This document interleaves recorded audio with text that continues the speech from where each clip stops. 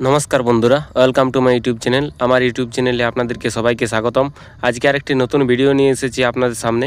আজকের ভিডিওটি হলো যে আপনারা স্বাস্থ্যসাথী কার্ড কিভাবে স্ট্যাটাস চেক করবেন, যে আপনাদের স্বাস্থ্যসাথী কার্ড হয়েছে কিনা। আপনারা তো দুয়ারে সরকারি জমা দিয়ে দিয়েছেন, কিন্তু বর্তমানে যদি আপনার স্বাস্থ্যসাথী কার্ড না হয়ে থাকে তা আপনি কিভাবে চেক করবেন, বা যারা স্বাস্থ্যসাথী কার্ড আগের থেকেই আছে এই স্বাস্থ্যসাথী কার্ডের ভিতরে কতজন আছে তা আপনারা চেক কিভাবে করবেন, তার সম্পূর্ণ প্রসেস এই ভিডিওর মাধ্যমে আপনাদের সামনে নিয়ে এসেছি। শুধুমাত্র পরিবারের একজনের আধার নাম্বার থাকলে আপনারা সম্পূর্ণ চেক করতে পারবেন। ফুল প্রসেস লাইভ আপনাদের সামনে দেখাতে চাইছি। তাই আমার ইউটিউব চ্যানেলে আপনারা যদি নতুন হয়ে থাকেন তাহলে অবশ্যই চ্যানেলটিকে সাবস্ক্রাইব করে রাখবেন এবং ভিডিওটিকে একটি লাইক করে দিবেন। তো চলো বন্ধুরা, শুরু করছি আজকের এই ভিডিও। তো সবার প্রথমে আপনাদেরকে গুগল ক্রোম ওপেন করতে হবে।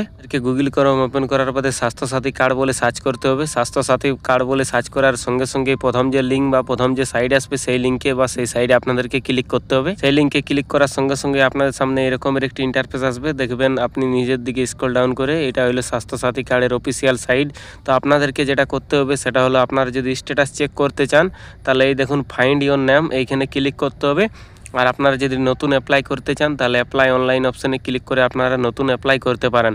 তো আমি যেহেতু আপনাদের সামনে স্ট্যাটাস চেক করে দেখিয়ে দিচ্ছি যে আপনারা কিভাবে চেক করবেন যে আপনাদের পরিবারে কজনের নাম আছে বা আপনার হয়েছে কিনা, তার জন্য আপনাদেরকে ফাইন্ড ইওর নেম এই অপশানে ক্লিক করতে হবে। ফাইন্ড ইওর নেম অপশানে ক্লিক করার সঙ্গে সঙ্গে আপনাদের সামনে এরকমের একটি ইন্টারফেস আসবে।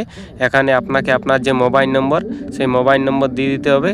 তারপর এখানে আপনাদেরকে আপনি কার্ড দেখছেন, অর্থাৎ আপনি যদি এখানে নিজের দেখেন তাহলে ইওর সেভ করবে, বা আপনি যদি অন্য কারো দেখে দেন তাহলে আপনি আদার অপশানে ক্লিক করবেন। এখানে ক্যান্ডিডেটের মোবাইল নম্বর দেওয়ার কোনো দরকার নেই, এখানে অন্য কারো মোবাইল নম্বর দিলেও হবে।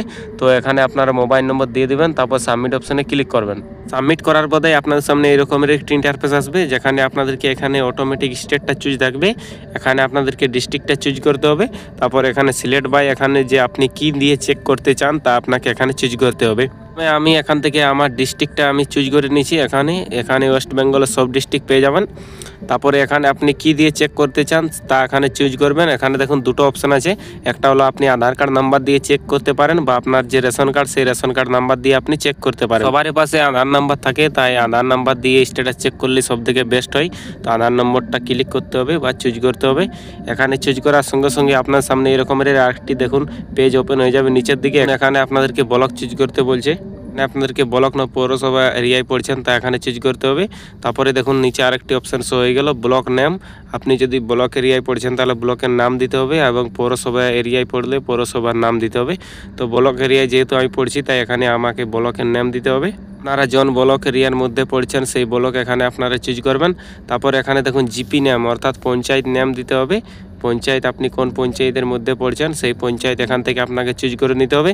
তারপর এখানে দেখুন ভিলেজ নেম আসছে, এখানে আপনাদেরকে গায়ের নাম দিতে হবে। আপনি কোন গ্রামের বাসিন্দা সেই গ্রামের এখানে নাম দিতে হবে। গ্রামের নাম দেওয়ার বাদে আপনাকে নিচে যে আধার নাম্বার দেওয়ার একটা অপশান আছে দেখুন, এখানে আধার নাম্বার অপশানে আপনি পরিবারের যে কোনো একজনের আধার নাম্বার দিয়েই দিলে হবে। অর্থাৎ আপনি যার নামে স্বাস্থ্যসাথী কার্ড অ্যাপ্লাই করেছেন ওনার যদি আধার কার্ড আপনার কাছে না থাকে তাহলে পরিবারের যে কোনো একজনের আধার নাম্বার দিয়ে দিলে হবে। আর যদি থাকে তাহলে তার আধার নাম্বার দেওয়াটাই সবথেকে বেস্ট। তাই এখানে আপনারা আধার নাম্বার দিয়ে দিবেন, তারপর সাবমিট অপশানে ক্লিক করবেন। এরকমভাবে আপনাকে এখানে আধার নাম্বার দিয়ে দিতে হবে, তারপর সাবমিট অপশানে ক্লিক করতে হবে। সাবমিট অপশানে ক্লিক করার সঙ্গে সঙ্গে এরকমই আপনাদের সামনে নাম আসবে। যদি এরকমই নাম আসে তো এখান থেকে আপনি দেখে নিতে পারেন নিচ দিকে আপনার পরিবারে কতজন এড আছে। আর এখানে যে আপনার ইউআরএন নাম্বার বা এটা হলো আপনার স্বাস্থ্যসাথী কার্ড নাম্বার। এখানে দেখুন আমি যেটা চেক করছি তার কার্ড ইস্যু হয়ে গেছে, কার্ড ইস্যুড আছে। যারা নতুন অ্যাপ্লাই করবেন তাদের যদি এখানে নাম আসছে বা এখানে ইউআরএন নাম্বার বসে গেছে তাহলে আপনাদেরকে এই যে প্রিন্ট আউট, এই প্রিন্ট আউটটা নিয়ে আপনাদেরকে এসডিওর যেতে হবে, এবং এসডিওর কাছে গিয়ে আপনাদেরকে এটার যে কার্ড সেই কার্ডটি আপনাদেরকে বানিয়ে নিতে হবে, তবে আপনাদের সব রকম সুবিধা আপনারা পাবেন। আরেকটা কথা, যাদের এখানে আধার নাম্বার দেওয়ার বাদে কোনো ডাটা শো হচ্ছে না, হয়তো কারো আসছে নো রেকর্ড ফাউন্ড বা রেকর্ড নট ফাউন্ড বা কিছু একটা আসছে, তারা জেনে নেবেন তাদের এখনও পর্যন্ত স্বাস্থ্যসাথী কার্ড হয় নাই, তাদেরকে আবার অ্যাপ্লাই করতে হবে। আর যাদের এমনি কিছু ডাটা আসছে তারা জেনে নেবেন স্বাস্থ্যসাথী কার্ড হয়ে গেছে, এবং আপনাদেরকে সেই কার্ডটা ইস্যু করার জন্য এসডিওর কাছে যেতে হবে। এবং কারো যদি এই কার্ড নাম না আসে তাহলে আপনারা আবার জমা দিতে পারেন।